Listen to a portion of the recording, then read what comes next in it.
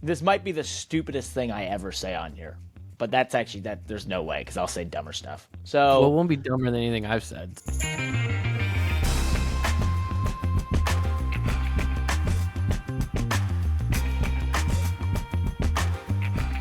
All right, hello and welcome to the MoneylLap podcast. I'm Parker Kligerman, joined as always by Landon Cassill, and we start, Landon, with the PR lap, where we get to talk about all the people that love our podcast. Once again, record numbers in 24 hours. We just keep growing. It's pretty impressive. I'm surprised that we haven't gotten any reviews where they're like, these guys just start every podcast talking about themselves. They suck. This is horrible.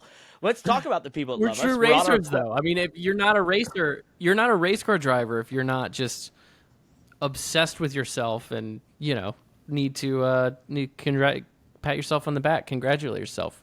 It's self-congratulatory is a skill that race car drivers possess. It's a tough business, and you need to find the ways to convince yourself that you're still good enough to be there. That's right. What it is. So, Parker, on our journey, on our quest for, 100? Are you trying to get to 100 reviews?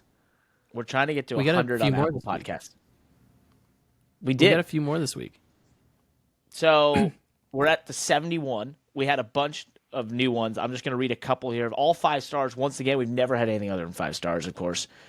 Some say, love this podcast. That's from Speedway 30. Can't wait for each episode to come out each week. Learn a bunch from 2 insiders and guys who never had it easy. That's pretty nice. Also, they want you to have a soft T-shirt. Let's talk racing over a beer from Dud74. Someone get Landon a soft T-shirt. I am wearing a soft T-shirt today.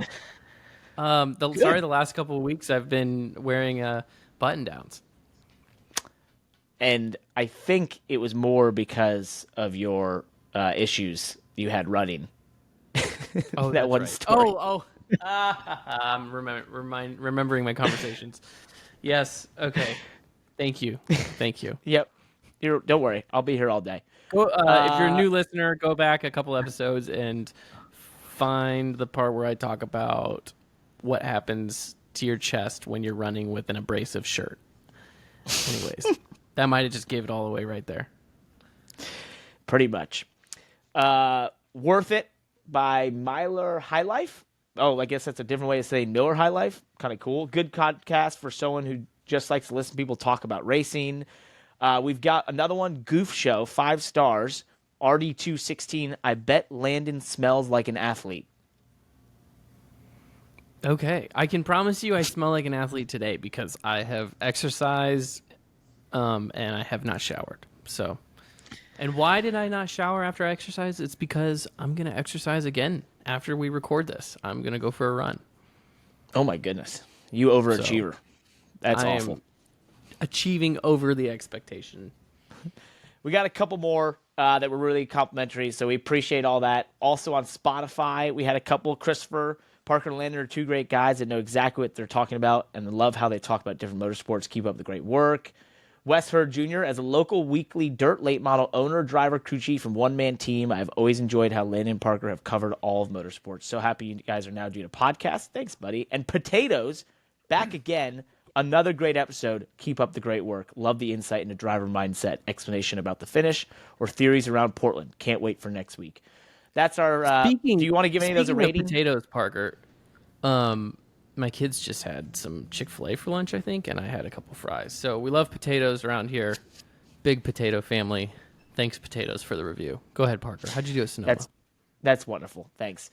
Yeah, so PR lap, we get to talk about our own racing. Finished 5th at Sonoma. So obviously was in the contention for the win at Portland. Made that late move. We discussed it last week. Brought that same car. Team did a great job turning around, making some improvements on it. We went out and practiced. We were P6. Qualifying, on my first run, got us in the top 5 because we were in the harder group. Then got knocked out. So then I went back out, and 3/4 of the lap, I would have put us 2nd behind Larson. I wheel hopped into turn 7, lost 3 or 4 tenths, and ended up not making the second round, which sucked. So we qualified 12th, but I knew we had a good race car, and we got in the race, and sure enough, the first run, We were really fast, making it live on the long run, which is really important there because it's just such high fall off. We got in the second run because we don't really, the stages are actually no longer breaks; it's just green flag, and we had some, bad set of tires, whatever, not the right way in adjustments. We got really loose, ended up only getting to like 9th in that run, I think. Did you get my text? Well, hold on, and then hold on, I'll go into that in a sec, and then. We got in the last run, and it came right back to life and drove all the way, to where we were going to be inside the top 5 and finished 5th with an epic battle, by the way, between Cole Custer and myself the last lap because I had caught Justin Allgaier, got by him with a little bit of contact, but I think it was just hard racing, and we were a spot where he had made a mistake, and I think he was struggling with his power steering. And so we get by him with a little bit of contact, but I allowed Cole Custer to get right to my bumper in the last lap, and Cole didn't ship me. So I shook his hand afterwards for saying thank you for racing me clean. We ended up the highest finishing Xfinity driver, which is cool, but I really want to be up again racing against the Cup guys. And I think, if I have a better qualifying and we work on some things, I think we could be there. But overall, a solid day, big points day. I felt like it was just a good, solid day. If you could make 90% of your season races look like that, you're top 5 in points. Just you'd be golden, grinding away at it. Huh? You'd be golden with days like that. Yeah. Those, stage points in both stages, always key. And then just executing. Pit crew did a great job. There was just not really anywhere that we misstepped, right? And if you do that, you will win some races and you will absolutely be top 5 in points. And that's what you have to do in this series. So overall solid. We get an off weekend, my only one of the year, basically. So I'm quite looking forward to this. But before we go there, we got a lot of racing to talk about from over this weekend. Was that your first time at Sonoma? No. I know you raced there. You raced there in Cup and trucks, and I did 2 Cup races there. So 2018, 2019, and then I did the truck race last year. Oof. Do you remember your first drive at Sonoma at that track?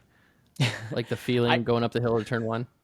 I do, and it was at GBR, and I had just, done my first race for them. This was like my second race, and I had felt very confident about Sonoma because I had turned about 4 bajillion laps over my lifetime on racing sims and NASCAR games there that I felt, I was like, I know this place.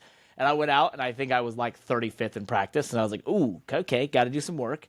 Qualified terribly, but got in the race, and it sort of clicked. I had talked to AJ right before the race, and he told me this one specific thing about drive off.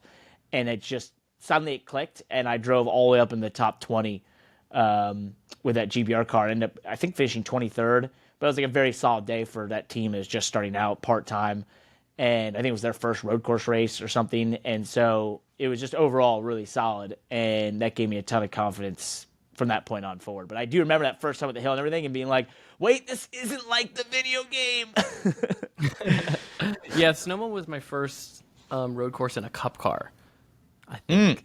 So, yeah, I'd driven Xfinity at road courses at the time. But my first time at Sonoma was in a Cup car, too. So it's like that feeling out there for the first time was pretty impressive. Like going, I guess you don't realize that hill going up to turn 2, how impressive it is.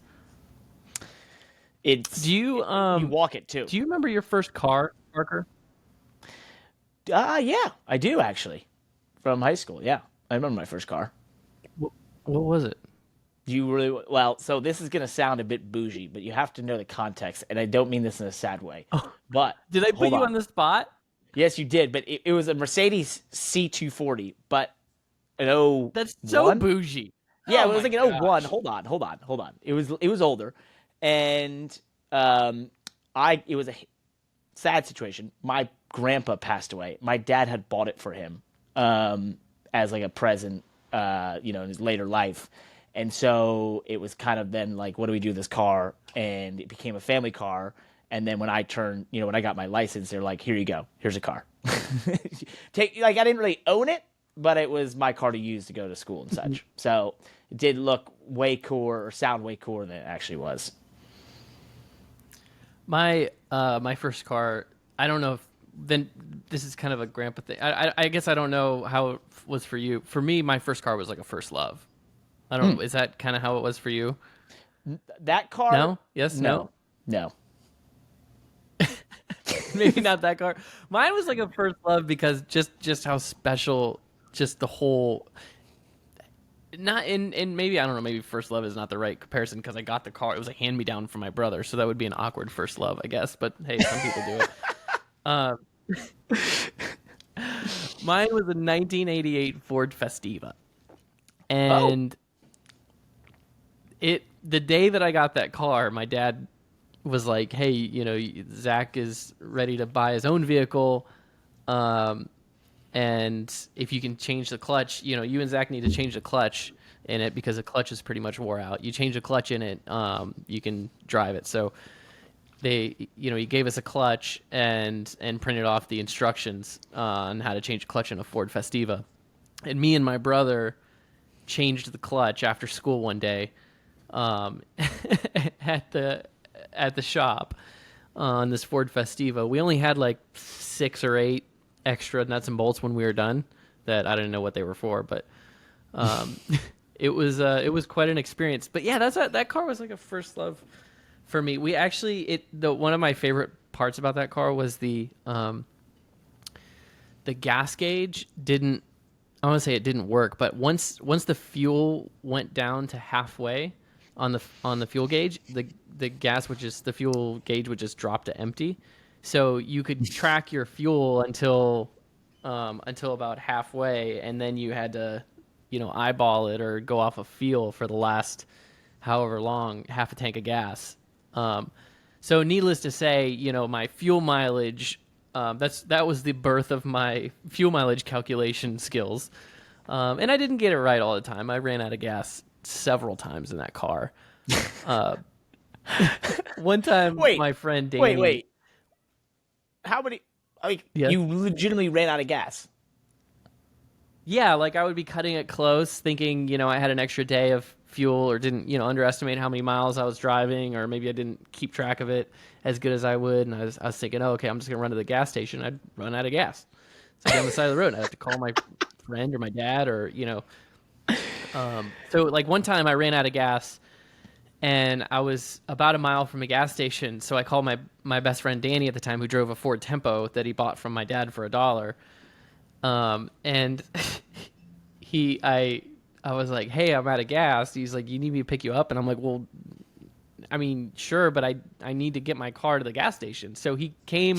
I told him where I was at, and he pulled up alongside of the road, and he just pushed me to the gas station because it was a manual transmission. I just kicked it in neutral. So he pushed me down the road like about a mile or two to the gas station, and I rolled into the gas station and gassed up the Festiva. You never done that before? I have never In run a out race of car, gas. maybe, but not on the road. Yeah, I've never run out of gas. Nope. I've somehow narrowly avoided it. I have been in 2 instances in my life where I was convinced I was going to run out of gas, and it would be the worst situation possible. One time was leaving New York City, which if anyone's driven out of New York City towards Connecticut or New Jersey, you will have large swaths of area where you cannot get a gas station. It does not exist.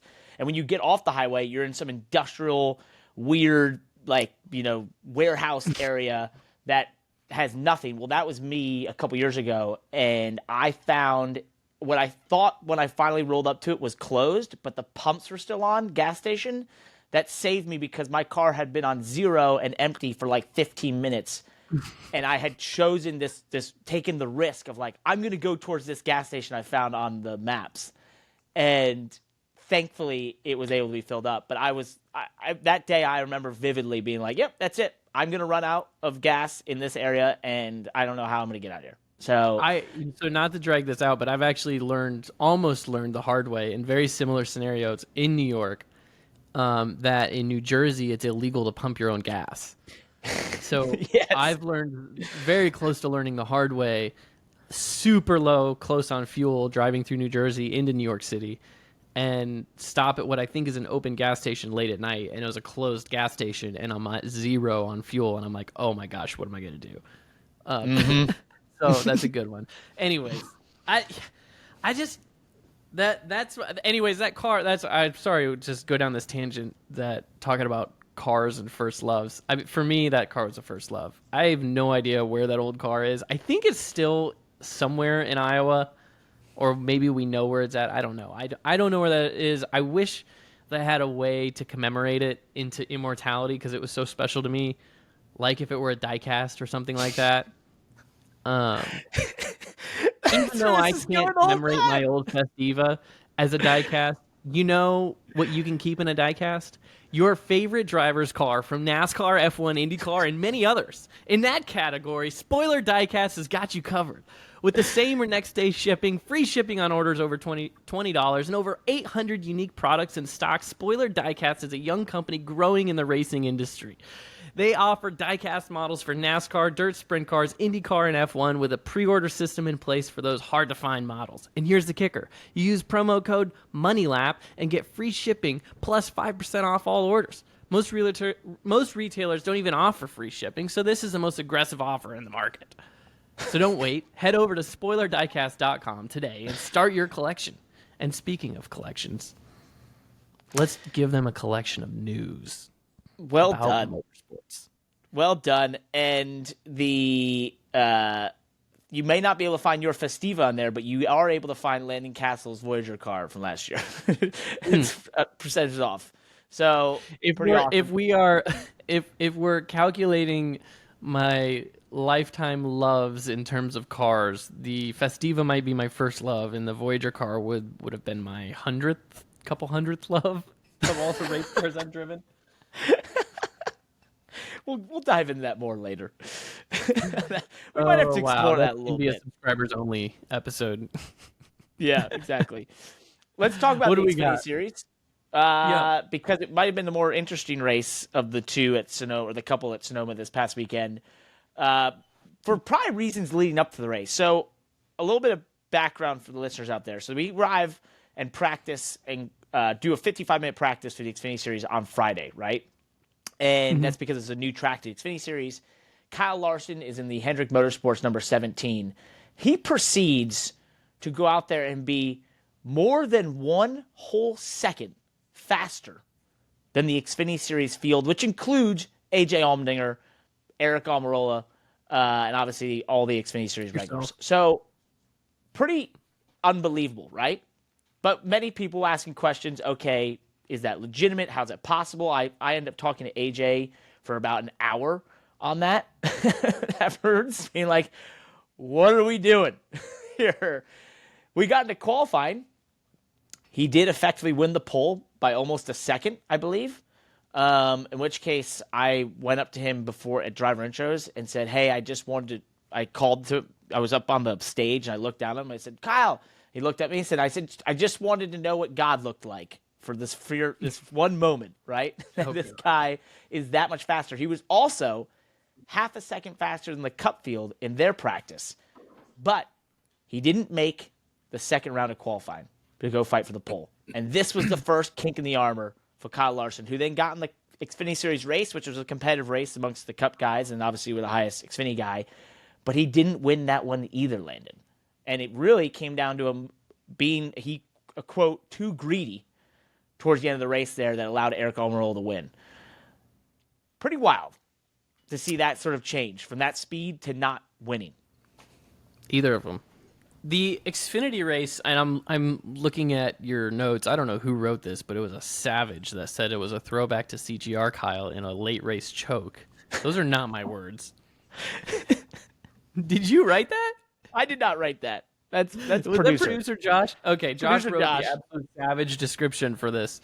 Not my words, but I would have to agree, I guess. What I saw in those couple laps, and I feel like I've seen this with Larson at times. I think we even saw it with him at Darlington with John Hunter Nemechek, is in those high-pressure scenarios where he's like, I don't want to say guaranteed to win isn't the right word, but like definitely the favorite to win, whether he's the fastest car in that moment or, he's catching the leader really fast. It's almost like he gets in a hurry to make the move. Does that make sense? And have you rewatched the end of the Xfinity race? I did. Did you? I get what you're saying. Did you see what I'm talking about here? Like, he made a move on AJ at one point when he was coming through the field after that, getting stuck on that restart, where he was trying to pass AJ like on the left side coming to the start-finish line, and it was, I know you don't want to break momentum, but he put himself in a position to get completely chopped by AJ and either hit the fence or spin AJ, which AJ, they had contact, and that actually damaged his right front splitter. And he finally got around AJ, and then when he caught Eric, he's a half a second or more faster than Eric, and he had 3 or 4 laps to go, and he was kind of making these dive bomb looking moves on him that seemed like desperation type moves when he didn't need to be desperate. You know what I mean? Yep. I don't know if you saw the same thing, but and then it kind of led to that turn 11 where he just clipped the tires. Where this where he's talking about getting greedy. He was a little too close to the tires in turn 11 there, which I saw the way he was driving turn 11. I think I texted you after practice. I felt like both in the Xfinity car and the Cup car, the way he shapes that corner is different than everybody else, and I feel like he carries more speed. He cuts a ton of time out of that corner that I don't think a lot of other people are doing or doing well. He just does it really well. But he had that to his advantage, catching Eric there, would catch him in turn 11 every lap, and then finally he was too far to the inside. But I don't know. Hold up. So go ahead. One thing there that I thought was interesting. So I don't know if I fully agree with you. And because I think when you have that level of speed advantage, right? I know what you're saying, which is you can be more patient. You don't have to be so desperate. You don't have to take the moves, that sort of thing. But I think for him, in his position, where I've been there a couple times in my life. I did an ARCA race at New Jersey Motorsports Park in 2016 where I sat on the pole by 1.1 seconds. I think I led like 50 some odd laps out of 60. And I had one point in the race where I had to come back to the field because of pit strategy. And I had the same thing, which was like I knew I had this massive speed advantage. And so, my mentality was, yes, take your time. But there was places where I was so much faster, right? That I'm sure the move almost looked like late or from far back or maybe desperate, right? But for me, it was so simple because I had such a speed advantage, right? Does this make sense, what I'm trying to say here? I mean, it does if you complete the move, but if you attempt to move, yes. He wasn't completing them. I'm thinking of 2 examples specifically where he made a move on AJ that put himself in an awkward position that AJ essentially kept him from completing the pass and caused damage to his car. So that's desperate.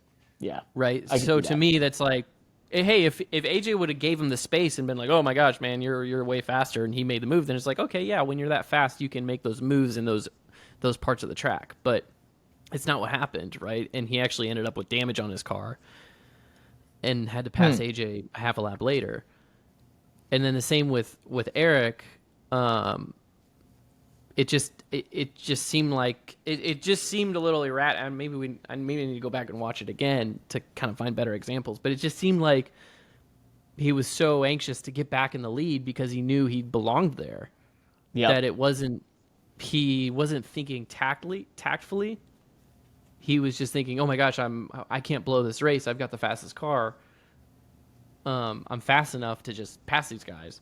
Yep. Well, one more thing in his defense, it did get incredibly harder to pass the later you waited in a run. That was something very obvious. I could catch cars by seconds, but when I got 10, 15, 8, that past that 15 lap mark on tires, it didn't matter how fast you were. It was incredibly hard to pass. So that could have been some of the desperation, right? And why he was pushing so hard. But there is no denying that if you have that level of speed, to not come out of there with the trophy has to be just, so frustrating. I mean, Right. and people were asking me this after practice. I said him in practice being 1.2 seconds faster than the field. We haven't seen that in any NASCAR series in a long time. Landon, I said to people, that is the single most impressive thing I've ever seen in my entire racing career. And I know it's just practice, but he backed it up in qualifying. And to be, he has a Hendrick Motorsports prepared car, I'm sure is great. But is it one? That car was fast last year for sure. Yes, but that's 1/10 in every single corner, essentially. if you think of Sonoma at 12 corners, it's 1/10 in every corner. One whole tenth, which is, someone said it to me. My engineer had the best statement to someone who was trying to understand how much faster he was. He said, the difference for you in money terms between, I don't know, $1 million and $1 billion? He was like, that is, being 1.2 seconds faster is like $1 million to $1 trillion in racing terms between, being that much faster to the next car. So it's like, I still, right now in my brain, I looked at SMT, I tried to conceptualize it and rationalize it, but I just, right now, sitting here on this podcast, still could not rationalize how he was that much faster than everyone. Yep. In the Cup car, I felt like I watched Cup qualifying live, and when he was fourth right off the bat in his group, I thought that maybe he tried to make an easy lap to save his tires, thinking that top 5 would be fairly easy. And it looked like he was going to get away with it. And then he went back out and just got, he didn't pick up and other people did. I don't know. Well, he said that. He said that in his that interview. what he did? Yeah, he said he tried to be easy the first one, take care of the tires. It didn't work. And then he said he messed up or underdrove the second one or something as well. Didn't pick up. And then it was like from there, he just had a track position. He got stuck, which is so funny because we say that, and that is so true, right? For 99% of the field, track position can absolutely make or break your race. It can take a car like Kyle Larson, who, he was the best car and probably driver of the weekend, and got stuck in track position, couldn't get through. And yet we see the winning driver, Martin Truex, come through the field. Yeah. Right? Like, there's always an exception. Yep. And I don't know what it takes. To me, I feel like that's a balance thing where Kyle might have been faster or been a better driver than Martin that day. But maybe Martin's car was balanced better for racing in traffic that just allowed him to pick cars off and to get through traffic, where Kyle might have struggled on short runs. I'm kind of saying this with assumptions. I'm not really backing it up with any data, but I'm just saying that, like, Kyle could have had a practice winning car, but not necessarily a race winning car when you have to start in the field and go 3 wide on restarts and pass people and things like that, Yep. And honestly, what you just said kind of summed up the Cup race for us. Did it not? Right? It's like that was the Cup race. Everybody was landlocked except for Truex. Yeah, exactly. Yeah. And so once again, the road course package of this next gen era proves to not be the most entertaining product. And I think there's, something's going to have to change on this car in a big way to make the road courses more traditional stock car racing style. What did you think about what we see in the Xfinity Series? What did you think about no stage breaks? I love it. I mean, personally in the car, I think it's great. I think watching wise, it at least gives me some anticipation for there being, a strategy or to see a real long run car come into the fray, that sort of thing. I respect it and I prefer it so that it's different, right? On the ovals, I'm totally cool with the cautions, but on the road courses, it just made the strategy so predictable. And you still have a little bit of that where you can decide to take stage points or not, but I like the idea of just let's run this traditionally, and make it a real road course style race that could have a fuel mileage thing. It could have, off strategies, 2-stop or 3-stop, whatever it is, right? I like that. So Simon, and it's different. Road course racing has the potential for some really, really interesting strategies. Always. And I think that is one element of road course racing that that overcomes, long green flag runs and full course cautions, is you get strategy with it. When you have, even though you have to have long runs and, less cautions, you get some good strategy in there that can really play out. So yep. I hope they keep it going. And as always, we're going to keep going through the motorsport news from around the world, although there's a lot of NASCAR, right? I think if you want more motorsport news, go to themoneylap.com, sign up for our newsletter to get the best 5 minutes of motorsports delivered directly to your inbox, including highlights of all the races from the past weekend on Mondays. And then you have the obviously the news sections on Tuesdays and Thursdays. So, going off our kind of plan here for a second, I do want to point out, if any newsletter readers are also listening right now, so we've gotten some feedback from the Monday newsletter, because it's like a video recap that we do on Mondays, and it's not a full-on like news articles, just links to video recaps. We got some feedback that there's some fans that like to rewatch the race, or like to watch the races if they miss them on Sundays, and asked us not to do the Monday newsletter. So I'm almost thinking, do we need to change the Monday newsletter to where there's no spoilers in it? It's just it's just highlight videos. So we can still send the newsletter to those fans. They can still receive the newsletter if they don't know what happened and they want to watch the whole race without being spoiled. I think that's the key. So we will remove the spoilers going forward. The only spoilers you need to have are spoiler diecast, spoilerdiecast.com. Wow. Landon made clear earlier. Good one. Yeah, thank you. Nice little good one there, Parker. In the biz, Look at you. We call that a connector. So it's awesome. Let's talk about money. Not just because this is the Money Lap. Before we leave NASCAR land, a friend of the podcast, overall great guy, well-known journalist in the NASCAR arena, Dustin Long, sent us a note, listener of the Money Lap podcast, that as of last week, NASCAR has had more than $1 million in fines towards teams this year. You have the Phoenix Louvers for Hendrick, which was $500,000, and Colleague 31 car. You had the Martinsville Underwing for the 3 car from RCR for $75,000. The Richmond Greenhouse for Hendrick of $150,000. Charlotte, the counterfeit part for the number 14 Stuart Haas, $250,000.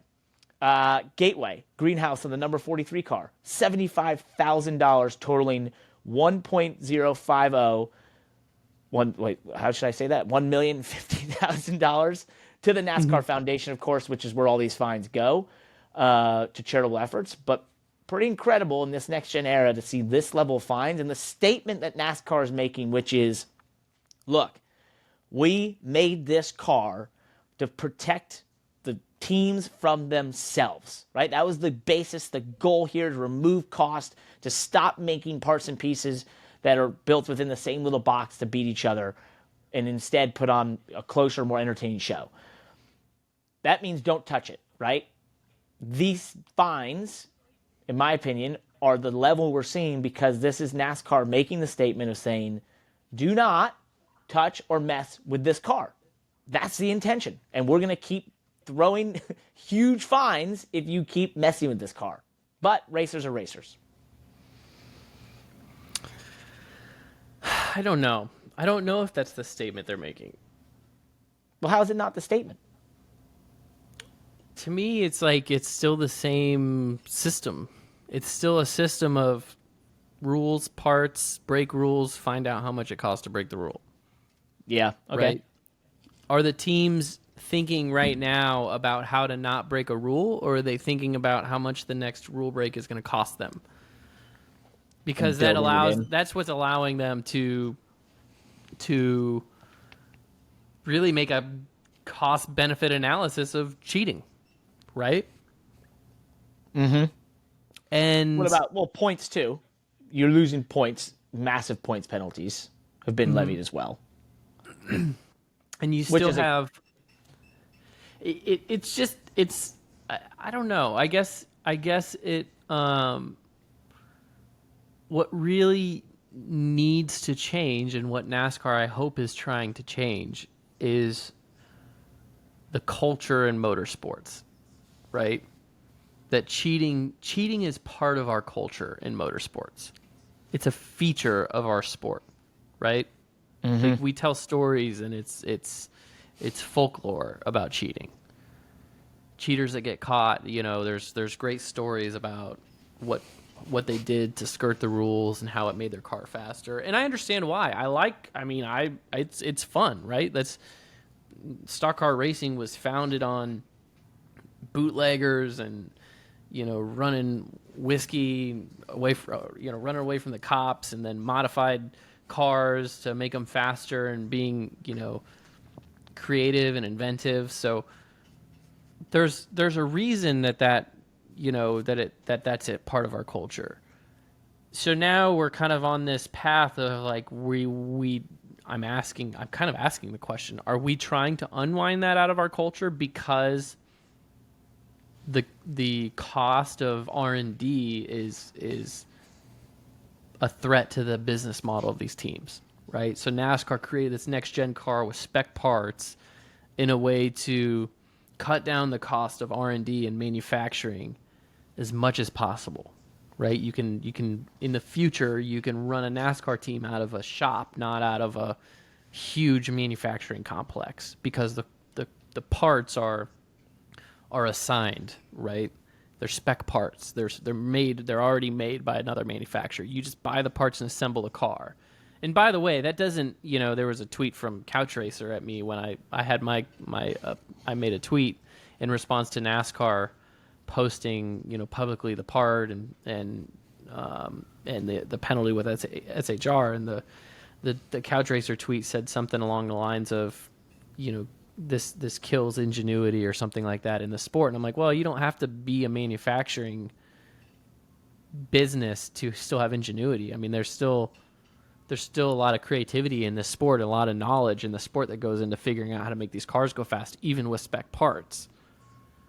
But I guess the question is, are we trying to change this culture, and is this actually changing the culture? Yeah, I see that. And I don't think you're going to change the culture, because you have a mechanical component between you and success, right? In motorsports, it's unique amongst sports in that you have that, right? And as long as that's there, and the reward and the incentive structure is to use that mechanical component to go win the race and get the prize and get the money, right? And so on and so forth. That's the incentive, is to adjust on that and to try and make it into something that is faster than the other guy, right? But I think and so that's the culture of racing. I think you have the feedback loop correct, but I think you're assigning it too much to mechanical structures, because the same applies in sports, right? In any other sport, take a baseball player, right? Mm-hmm. The mechanical structure in a baseball player is their own body. That's their limiting factor to them hitting more home runs, right? That's why they juice. That's why they take drugs to make them stronger, because they can only spend so much time in the gym, right? And eat so much food to build enough muscle. They need synthetic assistance, right? Okay. So the incentive is the fact that it's a competition, right? That, to me, that's what you were saying by like, oh, it's always going to be there because there's this mechanical structure between you and success, right? Well, that's the same in another sport, right? There's this mechanical structure, your body's limitations between you and success. Mm-hmm. So they're always going to be pushing the limits of what they can do around the rules. To me, the difference is in another sport like baseball or like cycling, right? Lance Armstrong got busted for cheating in cycling and got his trophies stripped from him and kicked out of the sport entirely. Yep. So I'm not I'm not trying to say that's what we should do to everyone at SHR. Hammer. But the question is, on this spectrum of trying to change the culture, what is the right way to do that? And are we actually trying to change the culture? What is a true attempt? I don't know. I'm like looking at it from a really. I just thought of something. This might be the stupidest thing I ever say on here, but that's actually there's no way because I'll say dumber stuff. So well, it won't be dumber than anything I've said. So go ahead. Well, yeah. I mean, hey, I give you like 5 out of 10. If you wanted to change the culture, think about how we go. Think about the tech process. So the tech process, for those who don't know, car shows up at the racetrack. NASCAR has arranged timing for the tech process to happen. You get drugged through there via your place and points. And the idea is to get all the tolerances as close as you possibly can for what you're trying to achieve without NASCAR saying, nope, that's not within the rules, and you having to go back through, right? And you go through many times, you eventually start to lose crew members and then points, and then you start the race from pit lane, and or you have to go through pit lane, so on and so forth, right? It's escalating in terms of the problems if you go through multiple times. It's not a perfect process because it is, there's a tremendous amount of variables that teams will tell you either from when we saw them trying to cover the cars because the heat would change the body and that sort of thing from the sun. And so there is a lot of variables there for teams that are trying to be incredibly close on their tolerances. If you wanted to change the culture, you would no longer reward cars that were actually the closest to stock. Oh. So instead of the incentive for the race teams to go through there and get everything as close as they could, there would be some sort of reward for having the most bone close stock car there is. Oh, that's so interesting. So let's just start with weight. Let's just say that you could weigh. What do the cars weigh now? Oh, heavy. 30. They're close to 3,600. I thought now 35 something. Are they really? Oh my gosh. I thought. I mean, I could be totally butchering that, but let's just say 30. Let's just say 3,600. Let's say that if you go through legally, you can weigh 3,600. Like if your whole body is green on the NASCAR's scanner has like different colors for where you're at in the compliance, I guess, spectrum, and green means you're way good, which typical crew chiefs are mad if their whole car is green because it means they're too legal. So they want to be like blue or yellow at some points, and then red, is a no pass. So I think that's how it works. Anyways, so what you're saying is if you're all green on the entire car, then you can weigh 3,600. But if you have any yellow or blue, then you have to add 50 pounds. Which, well... And if you have like a certain amount of, like, you basically just get graded on your path on how you did through inspection on the body, at least. Now this wouldn't necessarily apply to counterfeit parts like what SHR did, where they literally took a spec part, made their own with modifications, and then tried to get past inspection with it. But like, for that's a very interesting perspective. And how about four-car organizations potentially having a sacrificial lamb with a part?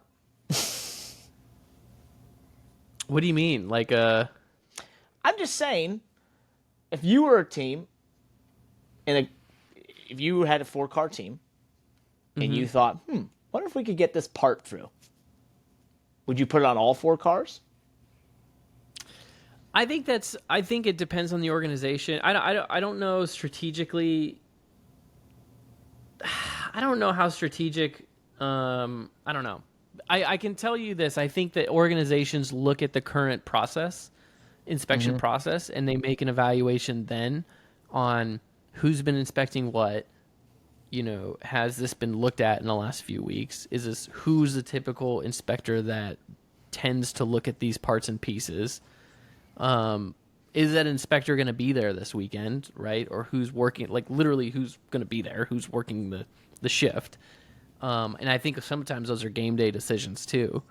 When they get a look at the inspection line, they see who's looking at what, and they know They know that certain inspectors like to look at naked ducks, or certain inspectors like to look at other things, right? And they can, I think they make their own judgment on, do we try to get this through, right? And then I think on at a multi-core, what's that? Well, it's an imperfect process, which we basically said. Yeah, I think it's right? an imperfect process, because also I think at a multi-car organization, I think it tends to come down to the crew chief to make the call on certain parts and pieces. And even though the organization itself can maybe, a higher up at the organization approves the use of an illegal part, it still comes down to the crew chief. And even though the organizations do tend to support their crew chiefs when it comes to paying fines and things like that, I think it's still the crew chief's name that's on the penalty. So the crew chief is the one that makes the final call that goes on their car. Well, so I think that's where you see most of the variation between cars that cars that maybe have a part and team cars that don't. Makes sense. And I'm speaking in general. I mean, if if a team wanted to call me right now and say that's not how we do it, it's like, okay. But I'm just saying that, that's one logical way to look at the whole thing. And then, like I said, especially the whole game day inspection process. Some teams simply just will or won't make those risks based on who they know tends to look at certain categorical items. Well, we've basically fixed NASCAR here today on the Money Lap podcast, including inspection. So NASCAR, if you're listening, reach out to us for any ideas of how to completely change the culture of motorsports. Well, hold on. The last thing I want to say about this. Go ahead. The last thing I want to say about this is I believe that, what am I trying to say? Oh, I've said this before. I don't know if it's been on actually one of our produced podcast or published podcasts, but what I want to see happen is NASCAR sends the cars through inspection, collects all the data, and publicizes it to the broadcast partners, to all the other teams, the four-corner weights, shock settings, car setup, the tire alignment, the body build. I want them to publicize all of that. Interesting.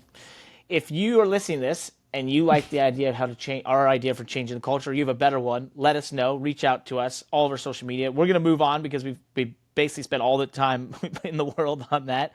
Speaking of NASCAR, we'll dive into this later, more in Le Mans stuff, but just quickly, reported out there that NASCAR's Le Mans entry is one part of its expanding global plans, with execs making trips all over the world recently and evaluating opportunities in regions like the Middle East, according to Adam Stern from Sports Business Journal. Ben Kennedy said he's already starting to think about the 2025, 2026, and 2027 schedules.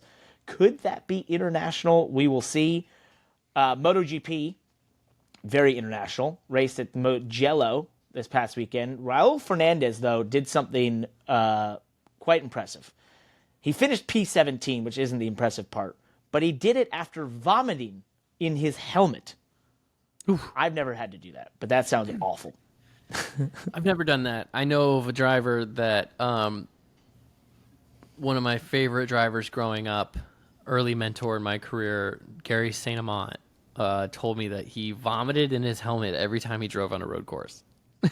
I mean, if that's not a Midwestern stock car racer for you, then I don't know what to tell you. He would not do well in the current day of NASCAR. Joan Mir, he would not do well in the current Germany Cup schedule. GP after he had a hand injury, Mugello, and Pecco Bagnaia won both the sprint and the GP overall. He now has a 21-point lead in MotoGP. Formula One. So they didn't race this past weekend, but there was some news that came out there. There's a lot of fun topics to dive into. First and foremost, ESPN announced that they're going to do an alternate broadcast similar to the Manning broadcast that's on Monday Night Football, where it's sort of like a viewing party. And interesting. Basically, it's going to be Daniel Ricciardo and Will Arnett. And so this is interesting because we'll get into the TV ratings of F1 in a little bit, but it's something that I think a lot of people are trying to expand on, is these alternate viewing experiences, especially with a lot of people having two screens, so on and so forth. So I think, this is something we're going to continue to see, but I did listen to, I guess Will Arnett is a big F1 fan, but I did listen to a podcast he had come out maybe a year ago that didn't last. And no offense, Will, because I think he's an incredible actor. I love so many things he's in, and I think he's hilarious. It was dreadful. So I hope it's better than that. And we'll see. Not to be mean. There's just a little description that you made. That'd be interesting to watch that. The description you gave me made me think of the Nickelodeon themed football games. Yes. That I think that have happened. Yep. Is that similar? Is that a kind of a similar thing. mindset? Same idea. Alternate broadcast sort of stuff. So we'll see if it pans out. But and what it's like. It's only gonna be 3 races, by the way. How about Parker, my F1 top signal of the day? Do you want to hear this? Well, wait. Before you do that, I just want to put one other thing out there. Fred Vasseur, who's Ferrari's new boss as of this year, was talking about the problems that they've had. And I thought this was an interesting quote I saw on speedcafe.com. He said, "We have 1,000 people focused on this, but it is very difficult to fix." I like the idea. 1,000 people working on 2 F1 cars trying to fix that they can't beat. They often beat themselves, basically. That's an interesting way to put in perspective how monumental a task it is to make a car go fast. Yeah. All right, give me your top signal. F1 top signal of the day. The F1 Arcade has raised about $38 million in new funds to build a bunch of their restaurants and party venues, restaurants, mostly in the U.S. They've got money from Liberty Media, F1, Zach Brown, Lando Norris, Logan Sargent, F1 drivers. So is it an F1 top signal that we just raised $38 million to build a sim lounge? Like what are we calling this? So Bozy Tatarevic, who everyone loves to follow for breakdowns mechanically and sort of engineering wise of racing, especially NASCAR, does a great job of that. Posted or subtweeted this with a picture of the NASCAR Cafe, which was a booming thing in NASCAR's boom time in the early 2000s, which I believe they opened multiple locations around the U.S. I don't believe any of them are still open. I know the one that was in Charlotte Airport disappeared. And I have to think, to me, this might be the moment in which I say, timeout. Timeout. So you're going to provide us a restaurant experience with probably, most likely, average food, right? I mean, maybe it's the best food in the world, whatever. Still not going to be the focus of this place. Drinks that will be very expensive, of course. That's normally how these things operate. And then you're going to give me a bunch of simulators that apparently only have Formula One. So they'll just be the F1 game that you could buy at home that will have simulators, which means they'll have steering wheels. I'm just trying to find the thing, which I've looked into these. I've seen how they're sort of looking at these. And I've seen photos of the one they had in London, I believe. And I'm trying to find what makes it any different than almost every one of these entertainment things out there, other than there's 2 letters or characters that different than them, which is F1, because I can't find it. And until I do, I think this is most likely, as you put it, a very big top signal.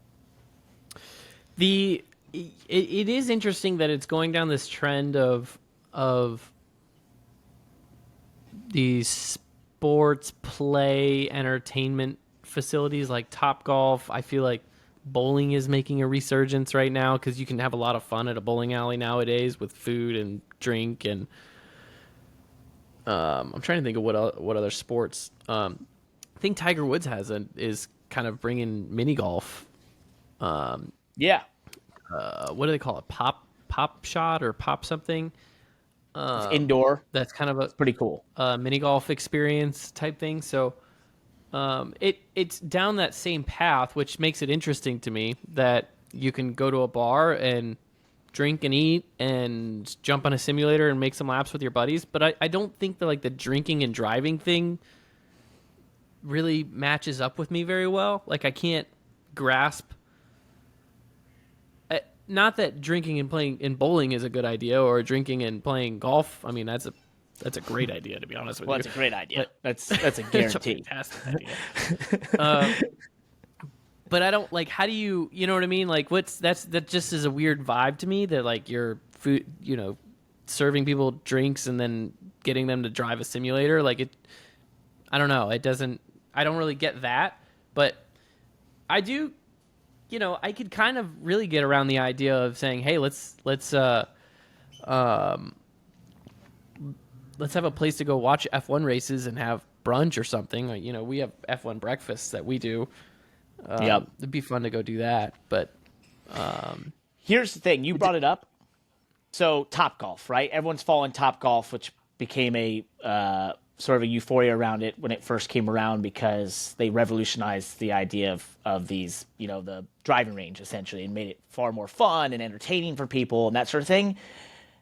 No one has yet made the Topgolf of motorsports. And I know for a fact this will not be it. So if it involves simulation, it's not going to be it. I've had an idea I wrote many years ago about really trying to create the Topgolf of motorsports. And I don't think this is the way to do it. But I'm not going to bore everyone with that. Maybe we'll talk about it in our time. But I'd be very surprised from what I've seen, at least from the outside, of what, especially the one over there in London, why this is not going to live up to being the Topgolf of motorsports, unless there's some sort of special thing out there that I don't know about. So to do that, you've got to have real physical driving, in my opinion. But if you have real physical driving, you can't have drinking. I know, but I had a way around that. I had a way around that, and I can't remember. And I'm already okay. We can talk about that offline. But you're already and this goes back to my point. Is like you're already kind of towing a weird line by having virtual driving and drinking, because not just aside from the message, the weird message that it sends, I think you have this potential to spiral into it's just people get drunk and drive in a simulator, and it's a weird novelty, right? Yeah, and that's kind of weird. And it ends up being corny, right? Yeah. But if it does go this one thing that Topgolf has done, and these bowling alleys do too, is you can play different mini games within the game, right? Like Topgolf isn't just a driving range; it's Angry Birds and it's target golf, and you can do all these different games while playing golf, and so. Maybe if there's a really creative way, and maybe the F1 arcade people have visions for this, that it's not just some high dollar overpriced simulator that they're playing, F1 2023, but like they have their own proprietary games where there's a more interactive mini game environment where people, that could be something that would be interesting. And imagine it, maybe it's like the old off-road game where it's a stand-up game. You're not having to sit down in a simulator, but you could stand up and you're just holding a steering wheel, and you don't have to let go of your drink even and, risk getting roofied or something stupid like that. Ivan Stewart Off-Road, you mean? Which is a game, for those who don't know, that is incredible. Go check it out. It's the greatest arcade game ever. Here's the thing. You did convince me a little bit of that. If they're being that inventive, I hope. I mean, I shouldn't have been such a downer. I'm really tired today, so my BS meter is really low at the moment to accept. Well, you're on high alert. I can tell you that I will attend an F1 arcade, and I'll let you know how it goes. So wherever I don't have any plans to go to London anytime this year, but whenever one launches in the US, we'll go to one and check it out. We'll go rate it. We'll give it a review. Another interesting side note to this, NASCAR man posted this on Twitter, which I thought was interesting as we see this, F1 arcade coming to the U.S. sort of thing, investing maybe top signal. He posted the U.S. television average number of viewers for auto racing events so far in 2023, and F1 did not make the top 20 events in the United States in terms of viewership on linear TV. So kind of interesting. Not even the top 20. Their closest was the Miami GP, which had 1.6 million. The one thing you always have to remember with this, though, that I will always be fair to F1 and anybody is TV ratings the true metric for popularity? It's a very good point. How do we measure popularity in this day and age? I don't know. Now, Yep. we've talked about we have to measure we care about TV ratings because that's how we get paid, right? 80% of our revenue comes from TV ratings. So until it changes and 80% of our revenue comes from somewhere else, we're going to care about TV ratings. Yep. But obviously you can tell by the hype around F1 and the money that goes into the celebrity around F1 and Netflix and all that stuff. TV ratings isn't the be-all, end-all in terms of popularity measurement. But it is interesting with all that hype and with all this everything. Is it just smoke and mirrors, right? Like, is it an echo chamber? Are we ignoring? Is it just an echo chamber that of Netflix and social media and celebrities that hyped up F1, but in reality, we're forgetting that the majority of the U.S. watches NASCAR and IndyCar. Sorry, It is the F1 truth. is cool. And one last But thing. here in the U.S., we like V8s. Yeah, and one last thing.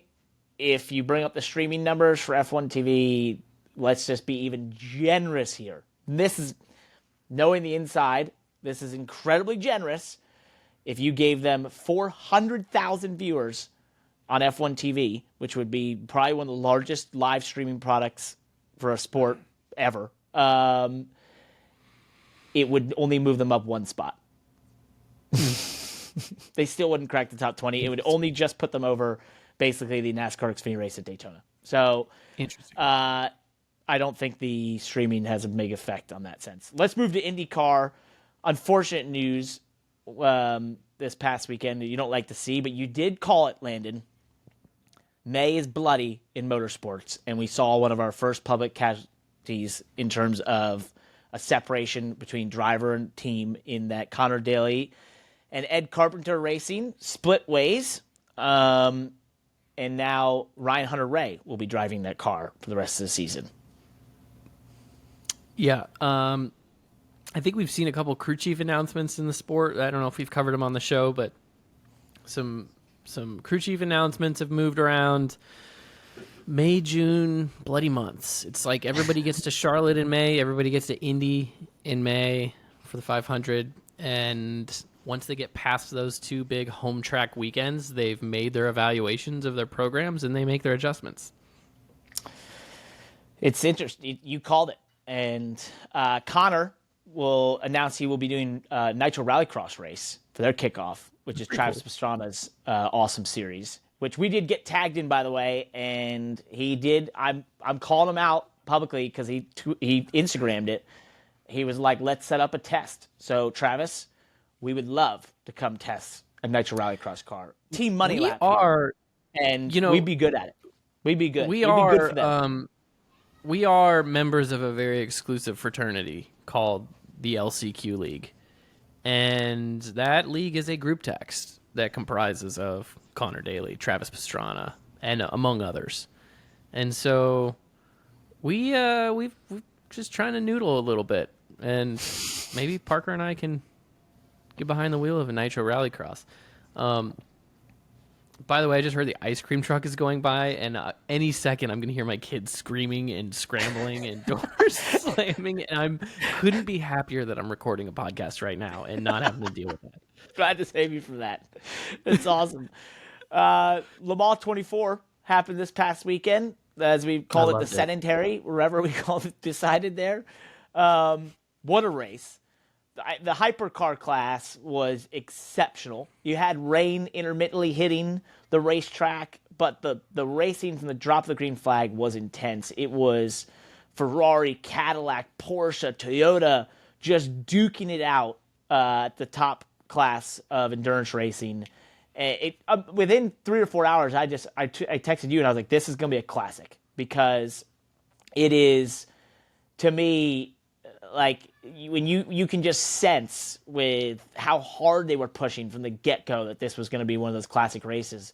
Ferrari comes out on top, first time in over 50 years to be victorious at Le Mans. And I think, yes, it was them versus Toyota, and obviously Cadillac was up there.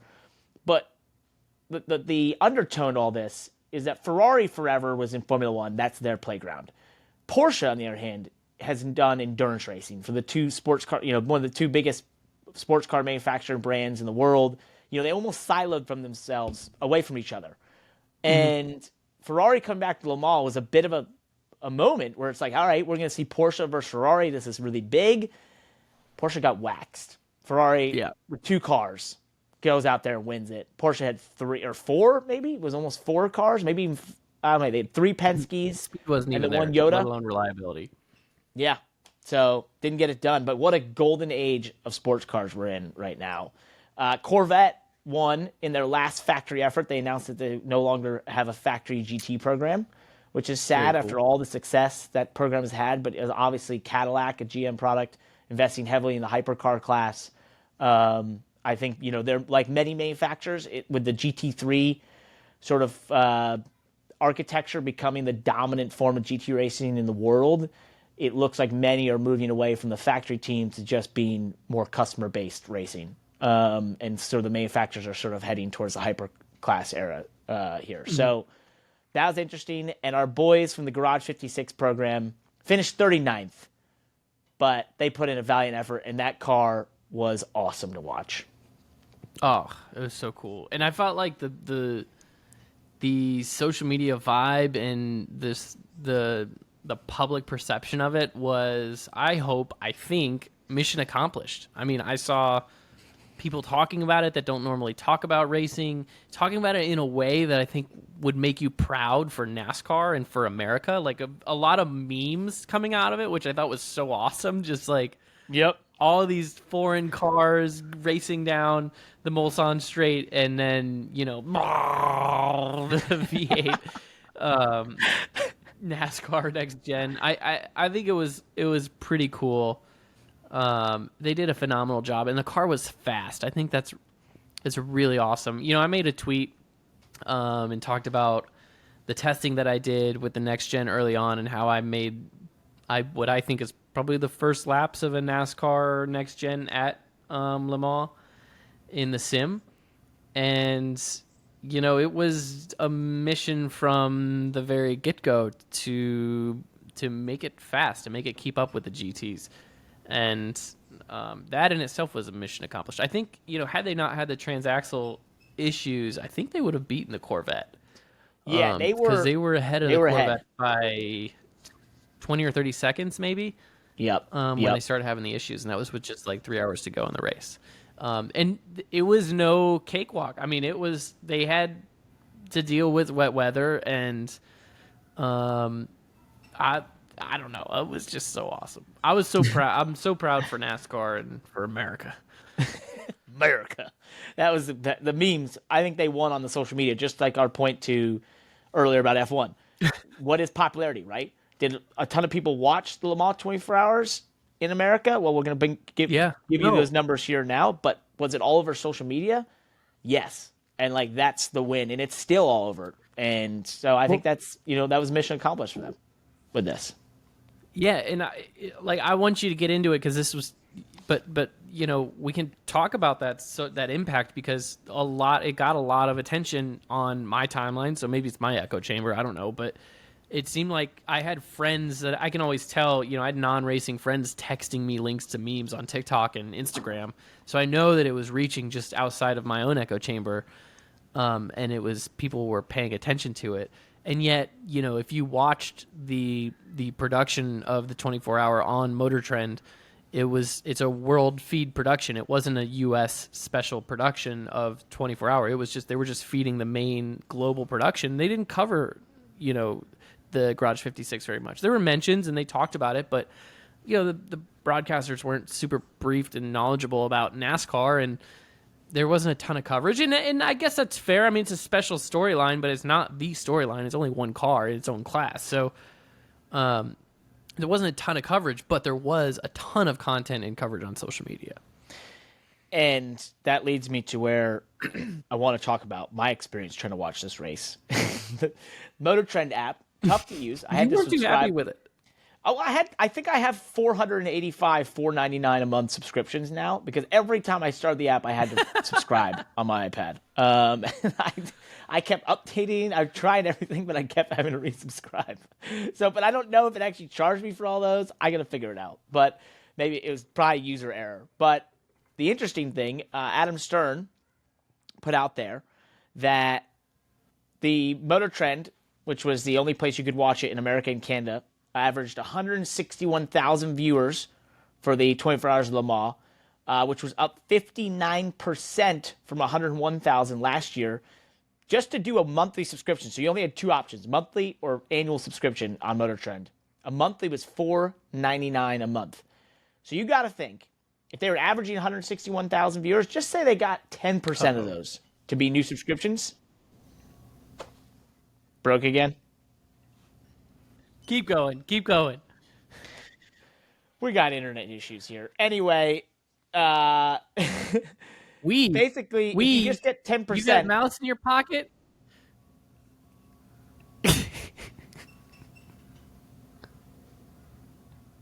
Oh, he can't even respond. What do you mean? I know. I hear you.